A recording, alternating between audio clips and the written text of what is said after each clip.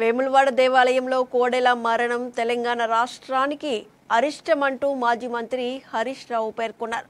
కోడెలను కాపాడడం ప్రభుత్వానికి చేతకాకపోతే బీఆర్ఎస్కి కోడెల సంరక్షణ బాధ్యత అప్పగించండి, మేం కాపాడుకుంటామంటూ పేర్కొన్నారు. నర్సాపూర్ నియోజకవర్గ పర్యటనలో భాగంగా మాజీ మంత్రి హరీష్ రావు ఎమ్మెల్యే క్యాంపు కార్యాలయంలో మీడియా సమావేశం నిర్వహించారు. వారం రోజుల్లో భక్తులు సమర్పించిన కోడెలు మరణించడం భక్తుల మనోభావాలను దెబ్బతీస్తున్నాయని హరీష్ రావు పేర్కొన్నారు.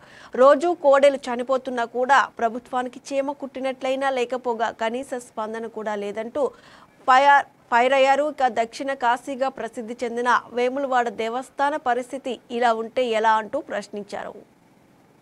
వారం రోజుల సమయంలో వేములవాడ దేవస్థానంలో భక్తులు సమర్పించిన కోడెలు మరణించడం ఇది చాలా దురదృష్టకరం. ఇది రాష్ట్రానికి అరిష్టం. దీనివల్ల భక్తుల మనోభావాలు కూడా బాగా దెబ్బతింటా ఉన్నాయి. రోజు కోడెలు చనిపోతున్నా కూడా ప్రభుత్వంలో కనీసం చలనం లేదు, ప్రభుత్వం పట్టించుకోవడం లేదు. ఒక వారం రోజుల్లో 26 కోడెలు మరణించాయి. మరికొన్ని కోడెలు అనారోగ్యం పాలై చావు బతుకుల్లో కొట్టుబిట్టాడుతూ ఉన్నాయి. అయినా ప్రభుత్వం వాటిని రక్షించే ప్రయత్నం కూడా ఈరోజు చేయడం లేదు.